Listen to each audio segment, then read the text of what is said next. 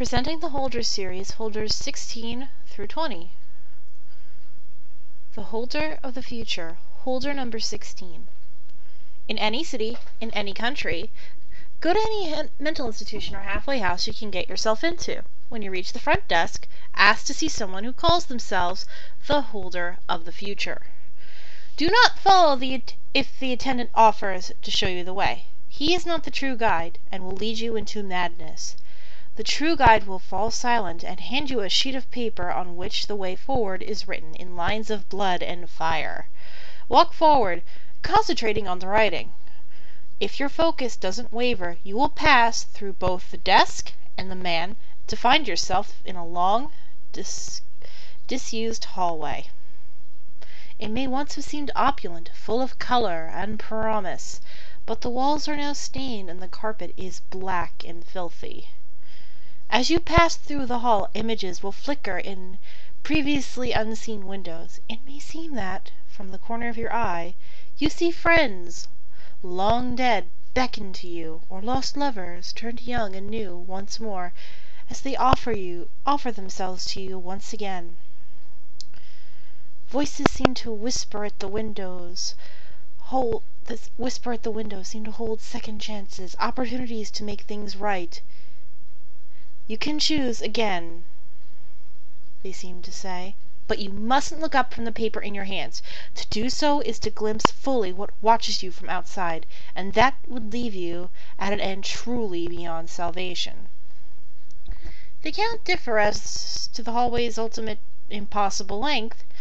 Some say you must continue to walk until you glimpse each of all your possible futures through the windows. Others imply that the closer the time of uniting approaches, the shorter one will find the journey to the end of the hall. If the latter is true, may all who enter find their path long beyond reckoning. You may only look fully away from the paper at the end of the hallway.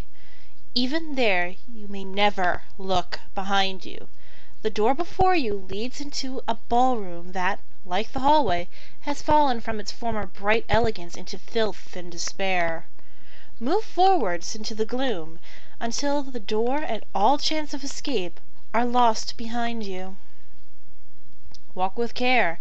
The holder watches you even now. The path forward once passed straight through the center of the room, but the center has not held over the many years, and the way has drifted. You may never find your way if it has drifted too far, and you will spend the rest of your unnaturally long life wishing you had given yourself to the window's half-glimpsed temptations. If you are fortunate, however, you will find a single point where the little light remaining fades completely away, and there you must close your eyes and wait, regardless of what should happen next. If you have pleased the holder, you will come to hear a cat's soft purr, and you will feel its warmth twining around your feet. You must keep your eyes closed until a voice has asked you, "What will you do with them?" 3 times. To answer the first or the second time will turn the purrs into snarls, and as the touch of 1,000 razored claws pricks your throat. Only after the third and final time may you open your eyes. In front of you will be a woman lying in a bed. As the rooms that preceded her chamber, she may have long ago been stunningly beautiful, and though lies naked on her bed, she is nauseatingly fat, her skin pock-marked with bed sores and dead flesh and syphilic blooms. Hundreds of cats cluster around her. Eventually, one will come to stand expectant at your feet. Speak only to this one, telling him, "I will do what I must." He will then teach you the language of the cats, and once you have learned, the others will tell you the secret that was never meant for human ears. You must never reveal it until such time when you have nothing else in the world to give. Cats are very jealous creatures and delight in the pain of those who betray their trust.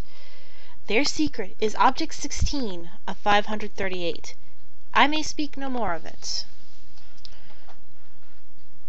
The holder of the present. Holder number 17.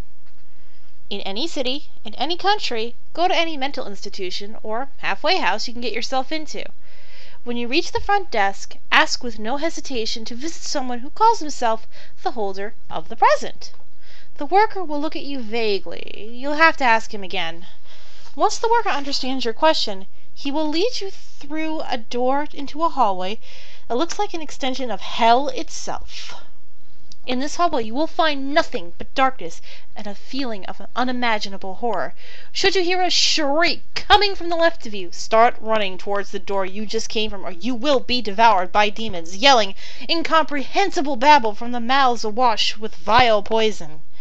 If you hear the shriek coming from the right of you, start running towards the door that your path leads to. Ignore the worker and keep running until you reach the door. If you should hear another shriek coming from anywhere around you, close your eyes and pray to the God your death will be a swift one. Should you not hear a shriek, just follow the worker until he unlocks the door at the end of the hallway. He will now ask you to enter, and then he will leave. In this room you will find two things. A naked girl whose left hand is a mangled stump, seemingly torn to shreds by an otherworldly maw, and the rusted key chain she is holding. You must look at the keychain, and you may not avert your eyes from it. You can say nothing except ask her this one question. Why do they belong together? Now move your eyesight to the face of the girl. She will look at you and tell you the most gruesome story of the present. How this present has come to be, and how it is now, and eventually how it will be. The girl will slowly move towards you. Do not move, and stay still until she is one footstep away from you. She will put the shredded piece of rod that was once her left hand on your shoulder. Then she will whisper into your ear, "The time has come, and now you must die." Do not react to this statement. Just keep staring into her eyes, and eventually you will feel something pushed into your hand. The keychain is object 17 of 538. Only the keys that are meant for it can be put on it, and all other keys shall be repelled. The holder of passion. Holder number 18. In any city, in any country, go to any mental institution or halfway house you can get yourself into. When you reach the front desk, ask with no hesitation to visit someone who calls themselves the holder of passion. The worker will blush and daydream, and you'll have to ask 2 more times before he finally nods and gestures you to follow him.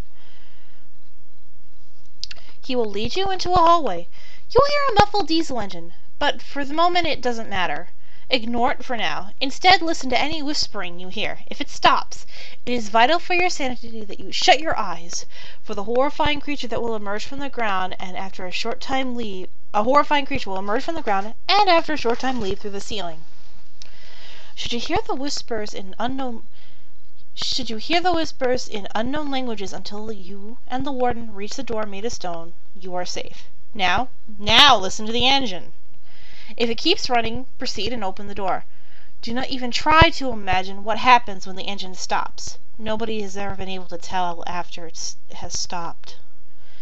Now if the door has been opened, the worker will leave you alone. Enter the door and walk straight forward until it closes. Now you have to say the words, "Excuse me, I'd like to learn from you." If you did anything wrong, you will be dead before you even realize it, so do not worry much about this. Should nothing happen for several dozen seconds, you may resume walking. Do this until you reach a heart as big as your head. Do not touch it. Instead, turn around. You will see either the most beautiful woman or the most horrific creature your eyes have ever witnessed. The latter only appears if you touch the still beating heart. Its sight alone will almost drive you insane and haunt you for the rest of your life. Should you see the woman, look at her eyes, nowhere else. Even if she doesn't wear any clothes, the beauty will literally blind you, and you'll be forced to wander around her realm until the end of your life. Should you be able to keep looking at her eyes, you may ask one question. Are they alive? The woman will suddenly moan loudly and lay down on the ground, beginning to satisfy herself by masturbating. You must now quickly close your eyes and hold your ears shut with your hands, as her moaning will slowly destroy your mind and body, should you hear it clearly. After some time, you will feel someone touch your right shoulder. You may now open your eyes and lower your hands. Do not turn around at whoever touched you. Instead, look at where the woman was. She will now be gone. Only ash is what's left of her.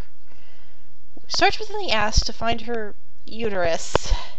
Take it and close your eyes. Open them again after you've felt something cold touch your head. You will be back in the mental institution, behind the warden who guided you to the stone door. The uterus is object 18 of 538. It has one child left to bear. The holder of innocence. Holder number 19. In any city, in any country, go to any mental institution or halfway house you can get yourself into. When you reach the front desk, ask with no hesitation to visit someone who calls themselves the holder of innocence. The worker will say nothing, but a single tear should fall from her eye. She will guide you to a forgotten hallway in the abandoned wing of a run-down institution. She will not enter the hall with you, but will only look into your eyes with cautious hope, her expression seeming to beg for salvation. Should you enter the hall, you will not see much, save for dirty, broken fragments of what was once beautifully carved ivory statuettes. Before long, you will hear the soft whimper from the other side. Pay close attention, for if the whimper stops, then all hope is already lost, and there's no use running away.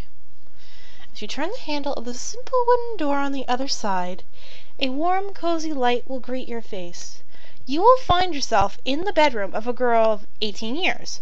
The girl herself will be sitting cross-legged on the floor at the foot of her bed, her only garment being an open nightrobe, exposing the entirety of her pure body. She is the source of the tortured whimpers, and nothing you'll say will console her will end her torrent of stifled wails. Only if you ask her what happened when they were first created, she will become silent and glance up towards your face.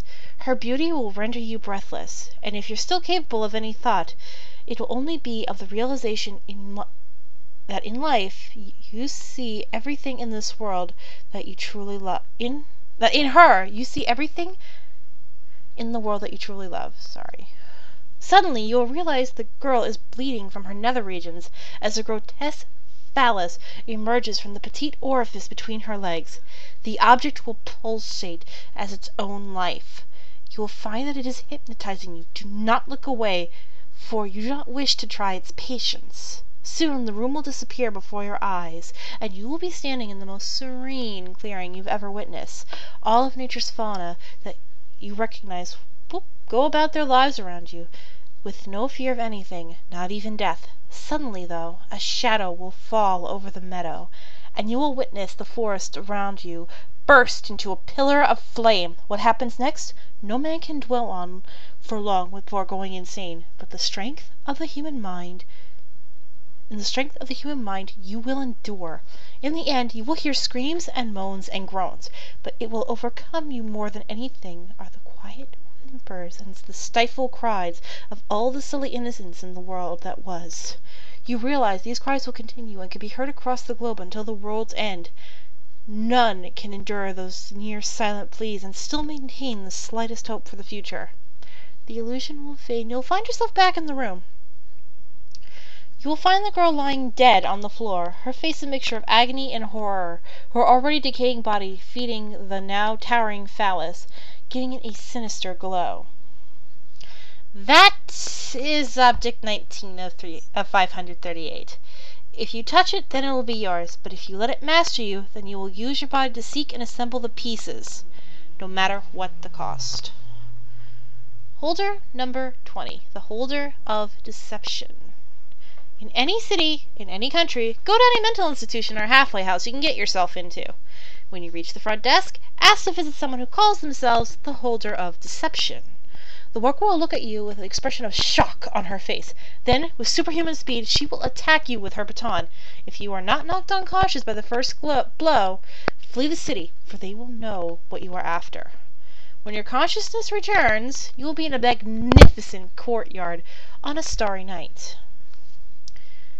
There will be a great stone staircase that appears to ascend to the heavens themselves. Climb the staircase, but never look behind you. If you do, the stairs will begin to crumble and you will plummet into a void for all eternity. After what seems like days of climbing, You will come to a landing overlooking a great marbled amphitheater, styled in the ancient Greek fashion. Descend to the bottom of the amphitheater. An old man in opalescent robes will be waiting for you on the dais in the center. This storied old man will be lecturing as if there were a great crowd. However, you must not listen to him, for not a word he speaks is true. If you are drawn in by his charismatic speaking, your mind will be completely subjugated by his deception, and you will be his slave for eternity. He will react to only one question. What is the only truth you are permitted to speak of? The man will look down at you with an expression of great sadness. He will then impart on you a story that will shake the very foundation of your soul with great sorrow, but will leave you knowing one important truth. The number itself is not what it seems. He will motion you towards the exit of the amphitheater and continue with his lecture. Turn away from him quickly, for you will now be able to see legions of horrific twisted demons sitting in the seats of the amphitheater. Do not gaze at them for any longer than a moment, or else they will try to tear you apart and add you to their collection of souls. Walk to the exit as quickly as possible. There you will find a great grimoire on the stand next to the door. Take the grimoire and exit through the door. You will find yourself in the back alley behind the asylum. The grimoire you clutch, its pages firmly strapped shut and locked with a great steel padlock, is object 20 of 538. If you wish to see past the deception and reunite them, you must find the key. These were objects 16 to 20. Bye.